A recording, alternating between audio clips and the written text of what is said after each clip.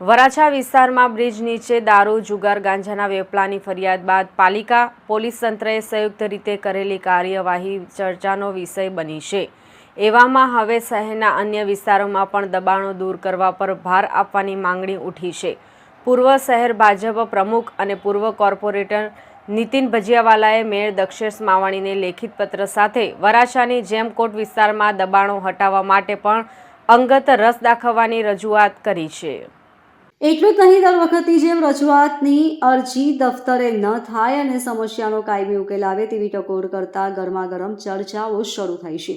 પૂર્વ corporator Nitin ભજીયાવાલાએ mayor Dakshesh માવાણીને લખેલા પત્રમાં જણાવ્યા મુજબ વરાછા વિસ્તારની દબાણ, પાર્કિંગ તથા ટ્રાફિક જેવી સમસ્યા બાબતમાં ધારાસભ્ય કુમાર કાનાણીના પત્ર બાબત જે અંગત રસ લઈ તંત્રને સાથે લઈ સમસ્યાનો ઉકેલ માટે ગંભીરતા દાખવી તે બદલ અભિનંદન। વધુમાં કોટ વિસ્તાર એટલે કે જૂના સુરતમાં દબાણોની સમસ્યા અંગે અગાઉ અનેકવાર રજૂઆતો થઈ છે। મહારાજ અને ચૌટા બજાર ખાતે આવેલી દાયકાઓ જૂની સુરત જનરલ હોસ્પિટલના પ્રમુખ દ્વારા ગૃહમંત્રી સુધી રજૂઆત કરવામાં આવી છે। કોટ વિસ્તારની મુખ્ય સમસ્યા ગેરકાયદે લારી ગલ્લા, પાથાણા અને દુકાનોનું દબાણ, ગેરકાયદે પાર્કિંગ અને સફાઈ, ગેરકાયદે પાર્કિંગ વગરના કોમર્શિયલ બાંધકામો છે। સ્થાનિક લોકો અને દરેક સમાજના ધાર્મિક સ્થળોમાં આવતા ભક્તોને ખૂબ જ તકલીફ પડે છે। અગાઉ SR રાવના સમયમાં રાજમાર્ગ પર પોતાની મિલકતમાં ધંધો કરતા અનેક લોકોની મિલકતોને શહેર હિતના નામે અલાઇનમેન્ટ કરી મોટું ડિમોલિશન કરાયું હતું। જો કે હવે તે જગ્યાએ દબાણનો પ્રશ્ન ઊભો થયો છે।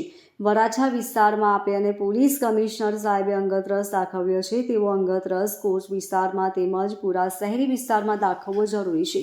દર વખતની જેમ અરજી દફતરે ન થાય અને સમસ્યાનો ઉકેલ આવે તેવી આશા વ્યક્ત કરાઈ હતી। સુનિલભાઈ મોદી દ્વારા તંત્રને મેયરને ઉદ્દેશીને પત્ર લખ્યો છે, તો એ પત્રની કોપી 12 ધારાસભ્ય, 2 સાંસદ સભ્ય, municipal commissioner, deputy mayor, standing chairman, શાસક પક્ષ નેતા અને પોલીસ કમિશનર એને મેં પાઠવી છે કે ભાઈ જૂનો વિસ્તાર જે જૂનું સુરત, જ્યાંથી આખા સુરતનો વિકાસ થયો, જ્યાંથી અમારી પાર્ટીનો વિકાસ થયો, એ સુરતના લોકો અત્યારે ખૂબ દુઃખી છે।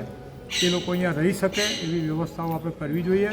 એ અંગેની ભૂતકાળમાં પણ મેં ઘણી રજૂઆતો કરી છે, પરંતુ હજી સુધી એમાં કોઈ ઉકેલ આવેલ નથી। હમણાં જે રીતે વરાછાના ધારાસભ્યએ પત્ર લખ્યો અને તંત્ર દોડતું થયું છે, એટલે આશા રાખીએ કે તંત્ર આમ તો સમગ્ર સુરત માટે આ રીતે દોડવું જોઈએ, પણ આ વખતે અમારા જૂના કોટ વિસ્તારની સામે કંઈ રહેમ નજર રાખે। કુમારભાઈના એક પત્ર પર કાર્યવાહી થઈ ગઈ અને તમે ઢગલાબંધ રજૂઆતો કરવી તેમ નથી થતી, તો શું કહેવું છે આપ? એક જ કારણ છે, ત્યાંની પ્રજા લડાયક છે।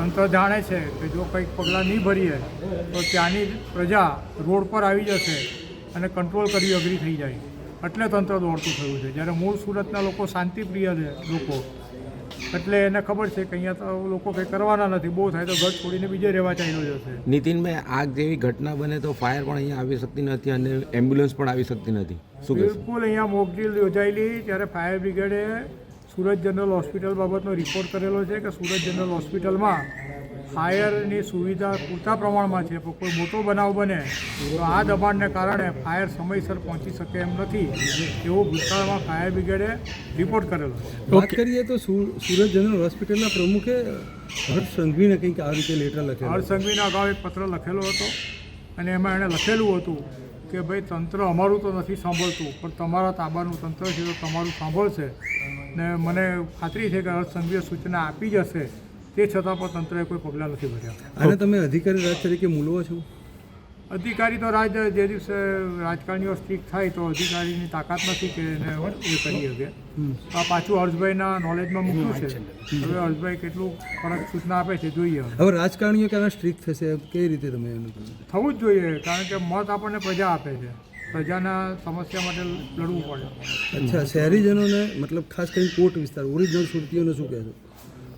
ભાઈ જે લોકો લડાયક છે, પોતાના હક માટે લડે છે, એના ઇતિહાસ લખાયા છે। જે ભાગી છૂટ્યા છે એના કોઈ ઇતિહાસ લખાતા નથી। Bureau report LK star news, Surat.